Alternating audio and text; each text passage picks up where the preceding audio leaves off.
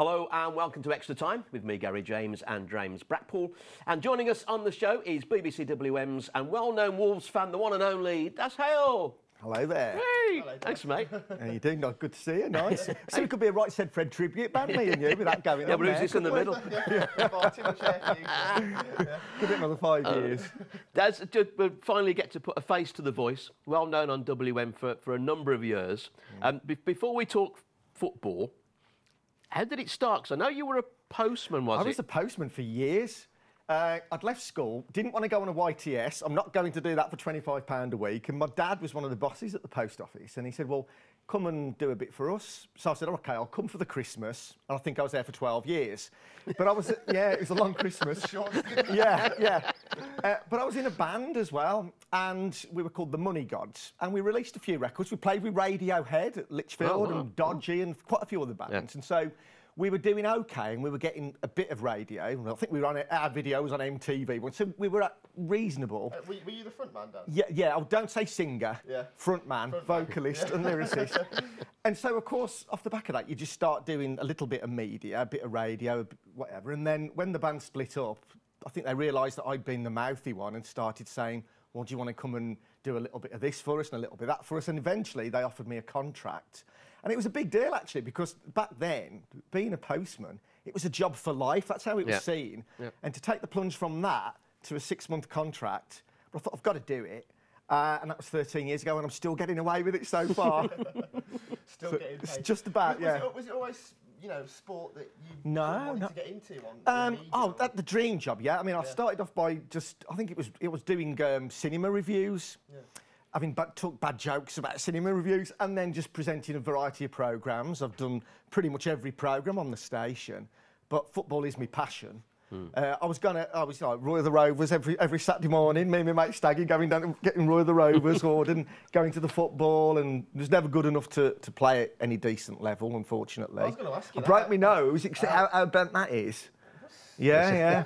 So I wasn't going to say anything about that. Yeah. So in the end, just talking about football was a great passion, football. Yeah. And of course, we said in the intro, a big Wolves fan. Yeah. And I've never hid my colours. I've never had any stick about it either, because I think that obviously we cover Wolves, Birmingham, Villa, Albion, Walsall, so we do all those teams, but you just call it as you see it. And all I would say to anybody is that same religion, different denomination. So ultimately, although we like to think our fans are better than your fans, we're all football fans and we all experience the role, especially being around here, the roller coaster of emotion. So, and when I'm not working, I've still got my season ticket and go for a good swear, in the South Bank every now and then. Coming to sort of roller coaster of emotions, West Brom, Chelsea, who'd have called that? Had Chelsea still been out drinking from celebrating the title? Yes. Well, I think it was fantastic. Absolutely fantastic performance, fantastic result. And I think one of the, not criticisms, but I think one of the reservations Baggies supporters have had since Tony Pulis has come in is that, OK, we're going to be solid, and he's done the job, he's kept them up, is that, where's the flair? Well, I think we saw last night where the flair was, and they've got a young kid now, 20 goals, Saido Berahino. It's only his second season, and it was his first goals for a few weeks, but he's a youngster and he's going to go up and down. If they can keep hold of him, and I think if Tony Pulis can add to that squad in the summer, but more clean sheets than the laundry department at Crossroads Motel since he's been involved. It's really tightened them up. And I think that if you think the Crystal Palace team that he had last season, then he got players in there with pace and with power, and they were good to watch. And I think that's what, if he's given the time and if he's given the money by the new hierarchy, if there is a new hierarchy at the Hawthorns this summer, it can only go one way. And they're now an established Premier League club, aren't they, after all those years of yo-yoing? Yeah. Oh, they are. And he's done so well, like we've said before, that Tony has to, in his style of football, to do the job and keep them up. But do you think, so we're sort of asking the question of anybody that's been on, haven't we, related to the Baggies, or talking about the Baggies, Berahino, do you think he'll stay?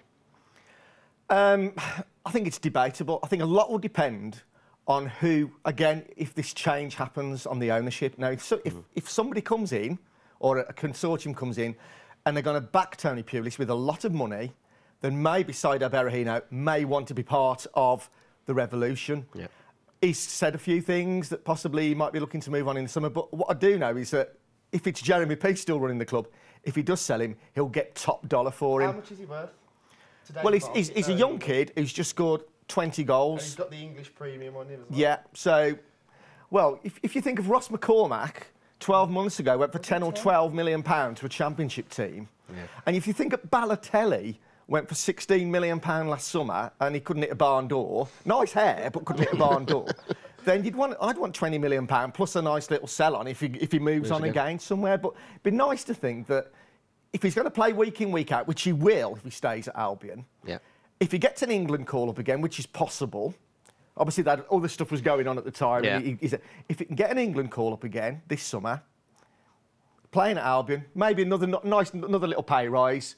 Who knows? Maybe he'll stay and they could build a team around him because he's only going to get better. I think he's going to be as good as he wants to be, that boy. As long as he can keep the blinkers on, keep focused. I think Tony Pulis will do that with him. It'll be an arm round the shoulder when need be. It'll be a kick up the backside when need be. I think that I hope it'd be nice to think he could stay. Yeah. And, but BBC WM, obviously, you go to loads of games and commentate, and you know, and between you and Franksy and the other guys, you do create such a great that picture in the mind, the theatre of the mind when you're commentating. It really is good because you're also passionate. So what's the best game you've seen this season?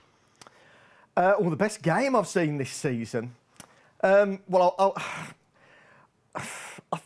I mean, Bristol City 8, Walsall 2 was pretty good the other week, but I was because Walsall were great for an hour, but I was beginning to think I was going to run out of fingers at one point to count the goals. I think probably Baggies beating West Ham 4-0 in the FA Cup. Yeah. Albion was superb. Because they were down the wrong end of the table, and everyone was saying, well, West Ham are safe. They're in, you know, Big Sam's going to get them up for it, and and they absolutely wiped the floor with them that day. Played them off the park, didn't they? Yeah. So that was probably the best performance. As regards actual games, close games, I think again, I was trying to think of probably Wolves when they beat Rotherham. Was it 5? That was a particularly good match as well. Yeah. But it's just, I think that all of our teams have actually done well this season. You're not so sure about Wolves, are you? You think that was maybe a little bit of a letdown? I'm just saying. I just think they've all done so well. And Wolves, I would have backed them along with Derby actually to go up. The way they were playing, especially Derby, but the Wolves were playing, and then they sort of dipped a little bit, and then came back, and they got into the playoff positions, and then it was like, well, what's going on, guys? I think Afobe gave him a bit of a boost when he came in, didn't they? Because they were, you know, starting to struggle a bit, and it looked like teams had sussed them out a bit. But he added another dimension, didn't he? Goal scorer. Goal scorer, and to get him for £2 million was a steal. And I think there'll be people knocking on the door for him now this summer as well. And it's interesting because it's a young team at Wolves, and I think that most people, as a Wolves fan, if you'd said to me top 10, I'd have took that last August. New team into a new league. 78 points is a record total for any team in the second tier not to make the playoffs. So that was good. But it's interesting what you said about how they got in there and then they fell away, because the best form was when they were chasing, when they were trying to play catch-up. The minute they got in there, they got beat by Blues. They went to Middlesbrough on the Tuesday, didn't turn up, got beat by Middlesbrough. And as soon as they were out of it, they started winning again. So you just wonder whether psychologically or whether there was just a little bit of inexperience, a little bit of bottle almost. Maybe they need just a couple of older heads next season just to drag them through, you know, the next step. And just on that point, as a Wolves fan, do you think it's actually done them a favour? Do you think if they had have gone back up into the Premiership, it would have been another, here we go again? I think there's every chance that it would have been. They've got a lot of very, very good young players there. And for a lot of them, it was their first year playing at championship level. Now, people talk about momentum. You think about the Norwich team who went through the leagues, did great, the Southampton team. Maybe they could have done it. And if they'd have had the chance to do it, I certainly wouldn't have gone, no, we don't want to do it, because it would have been a great adventure. But I think possibly that a lot of those players will be 12 months older, a little bit more experienced. Obviously, they'll have lost Bakary Sakho if anyone will pay him his 80 grand a week. We'll see about that. I think in the long run, it could be seen as a blessing in disguise, like when they missed out under Mick McCarthy the first time and then went back a lot stronger the next year. But they could be mid-table by October, and everybody's going, oh, it's the end of the world. You don't know in football. I know as well, you think that the Blues game cost Wolves possibly, you know... Well, it did. I mean, Birmingham, if you look at it, I mean, I think at the end of the season, whoever you support, if it hasn't gone your way, you pick at certain games, don't you? But actually, both Birmingham games, because at Molineux, they just got beat 8. It was by Bournemouth. It was Gary Rowett's first game, and if Wolves had have won that day, they'd have gone top. Birmingham came, did a great job, very solid, 0-0. That was 2 points dropped that day. And then that game at St Andrews in April, where they were in the top 6. If they'd have won, they'd have probably gone 5th or 4th. Took the lead as well, and then in the end, Birmingham City by far deserved to win the game. So yeah, thanks for reminding me of that. Well, I tell you what, we're off to read Daz's joke books. That's only going to take us a couple of minutes, and we'll see you for more football chat in the second half. If you'd like to get in touch with the show, please email extratime@bigcentre.tv. But for now, it's half time on Extra Time. See you in a bit.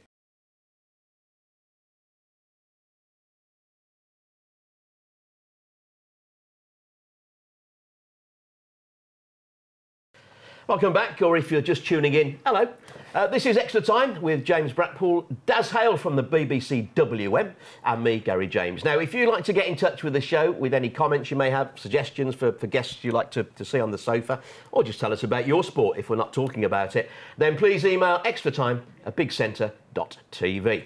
Right, before the break, we were talking about the Wolves and probably did them a favour not going up to the Premiership. And so, but back to some of the games that you've been to see this season, Daz, and many of them you have done. Best goal? I've got 2. I'm going to... I think there's... You know, greedy now. Yeah, I am. He's sitting on the fence. He's now known as Daz the greedy guest. Well, up until March, any goal, if you were a Villa fan, that's actually cancelled the goal of the month competition twice. They didn't score one. 2. One of them was James Henry coming on as a substitute for Wolves at Bolton, and Bolton are a massive bogey team for Wolves. And then in the 95th minute, Wolves were losing, and he pinged it in from 35 yards, top corner. Fantastic goal, but it nearly ended in tears because the Wolves fans were at the other end of the field, and James Henry then ran with the rest of the Wolves team up to that end of the field to celebrate, and Bolton kicked off and the referee left it, and they nearly scored, and I know that Kenny Jackett went berserk. He wouldn't like that, would he, Kenny? But I think probably individual goal was Demarai Gray, and I saw him score his hat-trick earlier this season. I think, was it against Reading, I think? Yeah. But it was. But going back to that Wolves game again as well, I mean, it was a local derby at the end of the season. He'd run the full length of the pitch from a Wolves corner. And what got me, because with Demarai Gray, I think that it's end product, isn't it? Because I think that he's even better than Nathan Redmond. I think he's going to be a massive talent. That's high praise indeed, because Redmond's a top player. Yeah, and I think age on age, definitely. Yeah. And so he'd run the full length of the field. He gets to see the white of the goalkeeper's eyes. It's a local derby. It's 1-1. He'd got a lot of time to think about missing it. No, just dinked it in the back of the net, cool as you like. And for me, that shows somebody who's going to be developing that side of their game as well. I was on the phone to the Samaritans for half an hour afterwards. Well, what was Scott Goldborn running through at that point, Daz? Yeah. I mean, he was a bit pedestrian, wasn't he? Yeah. He could have. That's probably his one mistake of the season. Oh, he's had a great season. Yeah. But I think from a Birmingham City perspective, that was a great goal, and I think it's been a great season for Blues. Yeah. I was we might as well move on to Blues now, aren't we? Yeah, we will. Yes, I was just going to say that I was there at that game as well, and I thought out of all the Blues games I'm seeing this season, that was probably the best. I'd say so, yeah. Probably the best complete performance. Game. That and actually the second half against Albion in the Cup, when Albion had got 2 goals in the first half, and everyone thought game over, and it was an absolute bombardment second half. I think Ben Foster came on as a substitute, didn't he? And he made some top draw saves. I thought really good that day as well. And also, I did the game at Bournemouth on Easter Sunday or Easter Monday, and in the end they were well beaten. They frightened Bournemouth to death that day, and you can see that again, just as with Tony Pulis with Albion. To begin with Gary Rowett, it was all about, right, we've got to get organised, we've got to get compact, we've got to get solid. But you could see as the season wore on that actually becoming a lot more confident, a lot more flair in what they were doing as well. And again, I think that bodes really well for next season, providing he's backed. Well, it did, because the games I saw there, you know, he really got them playing the ball on the floor, and it was attractive football, wasn't it? Yes, very much so. And I think previously that I think the players, obviously they hadn't hardly won a home game for a year, and I think there was a lot of fear, and I think that especially a lot of the young players, they were scared to do anything, just to express themselves, because they would get to, shall we say, a rollicking if they did anything wrong. Yeah. Whereas I think Gary Rowett's just come in and said, football, go and play it, go and enjoy yourself, go and express yourself. Well, when you speak to the players at Blues, a lot of them are really, really sort of thankful, and they speak about Gary Rowett in sort of glowing terms. And you know, I think that just tells everything about Gary Rowett. Well, he played great football at Burton. He got them in the playoffs last year, and obviously left them in very good stead again this season as well. And people said, OK, but he's never managed at this level. No. But he understood the DNA of Birmingham City Football Club. He understood what the supporters wanted as well. My one, not concern, but is that I think they've overachieved. I think he did fantastic to take them from the bottom 2 to 10th in the table. The problem is now, if you overachieve, people continue to expect you to overachieve. So again, it'd be very interesting to see what happens in the summer. See if, again, hopefully, please God, that there'll be a change of ownership in the club this summer. And they'll give Gary Rowett a little bit of money to do what he wants to do. He's going to have to dip in the low market quite heavily, isn't he, Rowett? Well, again, it just depends on who comes in and whether what happens with the ownership of the club. But I think he's one of the most promising young managers in the game. And if you talk to him, a lot of them deal in the over the moon, sick as a parrot. He never does that. He listens to your question. He answers your question. He doesn't talk down to you. And I think there's a lot going on upstairs with Gary Rowett. I think he's very, very promising for the future, providing they can keep hold of him and they can back him. And also from the players' point of view, hopefully they can keep hold of Damari. Yeah, I mean, because again, I mean, no one really understands quite what the situation is behind the scenes, and I won't pretend to. But to turn down £5 million for Damari Gray, as they did on transfer deadline day at the end of January, that shows a lot of commitment. And again, I've said to you before, I think he's a fantastic young talent. Now, if he does move on in the summer, and I've not read anything in the gossip columns to say that he will, it would be nice to think that a chunk of that money would go to the manager to reinvest, because I think he knows the Championship well, and I think he knows the lower leagues well, so he might be able to pick up quite a few gems.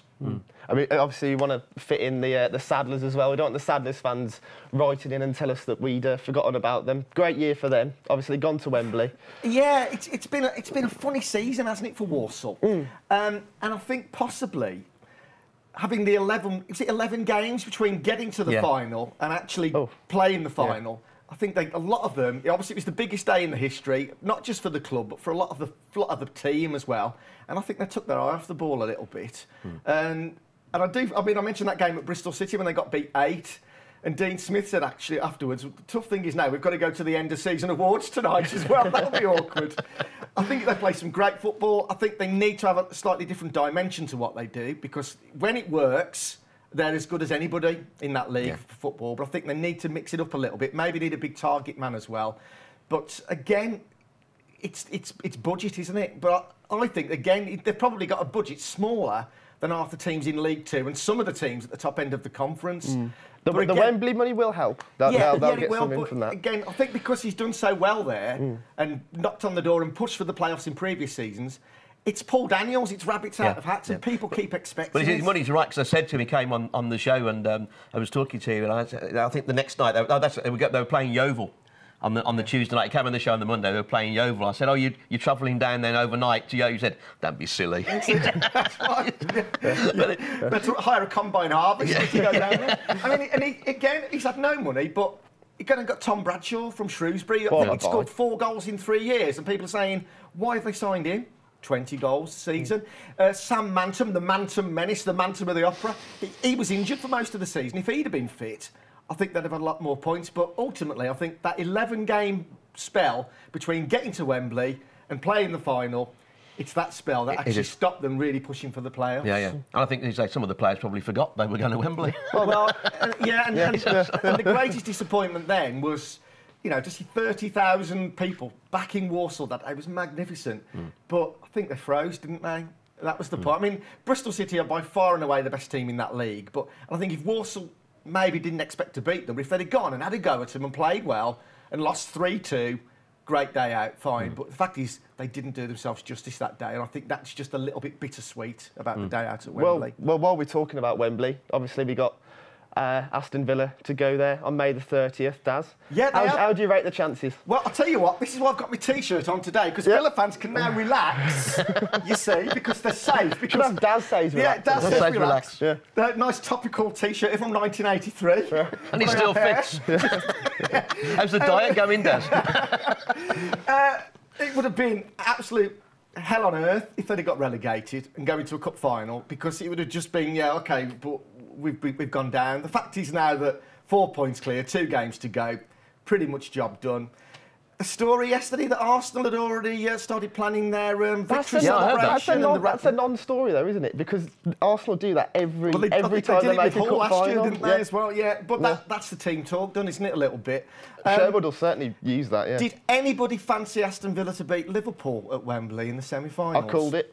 You did call it. I did. Yeah, have you won the polls lately? Then? I didn't put any money on it. Schoolboy error. But look, Arsenal are the favourites. Yeah. Great, let them be the favourites. Let them rock up there thinking they've only got to turn up and who knows. Well, I just think that, I cast my mind back to the 3rd round, Blackpool at home, bottom of the Championship, one-way ticket to League One, 0-0, 85 minutes, only 20-odd thousand there, booing the manager, booing the team. They've got a late goal. What's that thing about the name being on the cup? I just got a feeling that Villa are going to win the cup. They're going to be in Europe next year. Check your passport, Villa fans. I'm with you. I think they are. I think they. What does you think? Are you putting any money on it? I'm going to rain on their parade, and I think it's going to be an Arsenal win. But I think it'll be tight. But yeah, I think Arsenal are going to go there now because they'll be safe and just enjoy it. And I know people watching now are going to scream and shout at me because I said it about Wolves. I said, local Midlands team fans, forget your rivalry. Just get behind Aston Villa in the cup final to beat a London team. Well, apart from Coventry, the last time one of our West Midlands teams won the League Cup, won the FA Cup, we all had black and white tellies, didn't we? Yeah. You know, it's been a long, long time. Now, Villa got there in 2000 and again didn't really turn up. So, come on, and it's good for the area as well. OK, Daz, time's beaten us. Thanks very much. James, thanks very much. That's it. Full time and extra time. See you soon. Bye-bye.